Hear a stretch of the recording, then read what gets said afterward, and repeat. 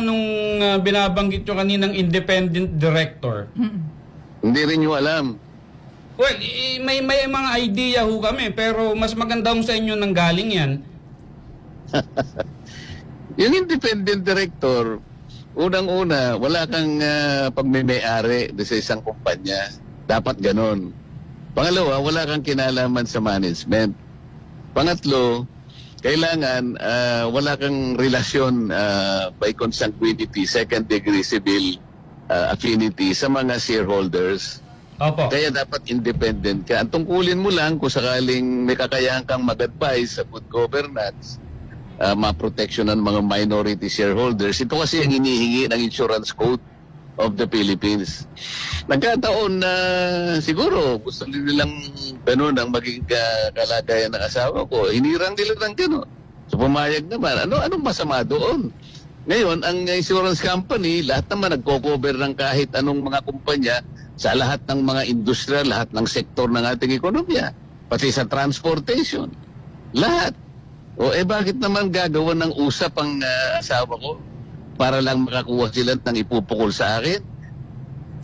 Pero hindi ganyan ho, nakarumi. hindi ho ba dapat, Senator, manggaling din sa inyo ang delikadesa na, uy, yung asawa ko, ano nito kumbaga nagsiservisyo dito, meron siyang, kumbaga, transaksyon dito, hindi kaya marapat na ako dumistansya muna?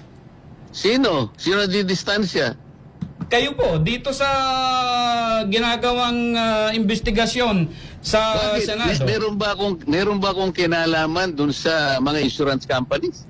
Delikadesa nga po, Senator, kasi misis nyo po yung nandun. Siyempre may kukunik-kunik na ho yan. Kung ganyan kayong mag-conclude, independent nga kaya tinatanong ko nga sa inyo kanina kung naiintindihan niyo Kaya nga po nagtatanong din kami, delikadesa din ho yung binabanggit namin dito. Hindi Wala na ho ba pinag-uusapan tayong ng ganun? delikadesa dahil wala akong connection doon. Ang asawa ko independent. Yun nga po, asawa nyo yun Nakikipagdebate ka pa sa akin Akala ko ba magtatanong ka lang. Nagtatanong din po kami, pero ipo-point out ko rin po yung Kapag argumento sinasabi namin mo kasi dito. delikadesa, parang may connection ako Wala nga Naintindihan mo yon? Sige sir, salamat na lang po. Tanga. Oh, inabot ko pa yun, Sen. Tinawag mo kami ritong tanga. O diba, ano yan? Yan ba yung mambabatas na ibinoboto nyo? Hindi nga niya masagot yung word na delikadesa Ano to? O diba? Saan pupulutin ang ating bayan, ang ating gobyerno kung meron ho tayong mambabatas na ganito? Diba? Buhok pa lamang hindi na ho natin maipakita yung totoong buhok Sasabihan pa kami ritong tanga? Ano yan? Diba?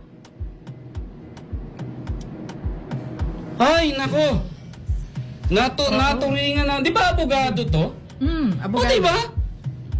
Asal ba ng matinong abogado yan? Oh my God. Oo. Siguro tayo muna ay...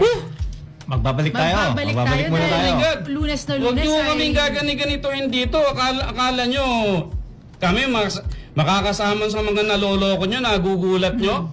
Ibahin nyo kami rito ho. Magkasubukan tayo dito ng argumento ng katotohanan at ng mga detalye kung hanggang saan ho ang pinakadulo nitong pinasok nyong kontrobersiya. Okay. Sige nga, break nga Siguro, muna tayo. Break muna tayo dahil...